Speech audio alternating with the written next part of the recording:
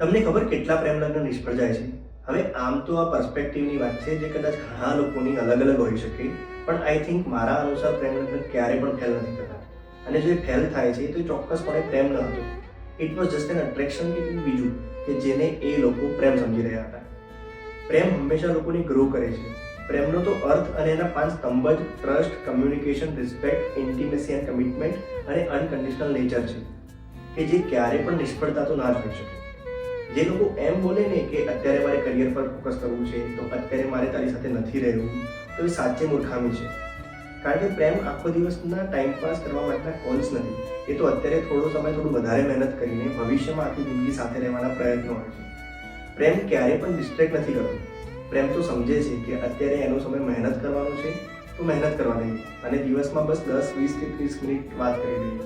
અને હા, રજાના દિવસમાં થોડો વધારે સમય પસાર કરી લઈએ.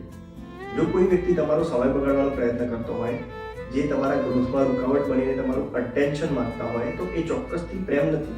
એ બીજું કંઈ પણ હોઈ શકે, પણ પ્રેમ નહીં. જો એ તમારી સાથે ક્વોલિટી ટાઈમ પસાર કરવાની જગ્યાએ ફક્ત તમારા શરીર માટે ઇન્ટરેસ્ટેડ છે, તો એ ચોક્કસ પ્રેમ નથી, એ વાસના છે. કારણ કે પ્રેમમાં રહેલા લોકો લોંગ ટર્મના ગોલ કરીને બેઠા હોય છે અને એમને ખબર છે કે આ બધી વાસનાઓ માટે આખી જિંદગી પડી છે. તો અંતે બસ એમ જ કે આકર્ષણ, વાસના અને અન્ય શરતોથી ભરેલી લાગણીને પ્રેમ સમજીને એની નિષ્ફળતાઓની અફવાઓ ક્યારે ના ફેલાવો. આવી અફવાઓ એક સારા જેન્યુઇન માણસને પ્રેમ જેવી પવિત્ર લાગણીને ખરાબ સમજીને એનાથી દૂર ભાગવા મજબૂર કરે છે.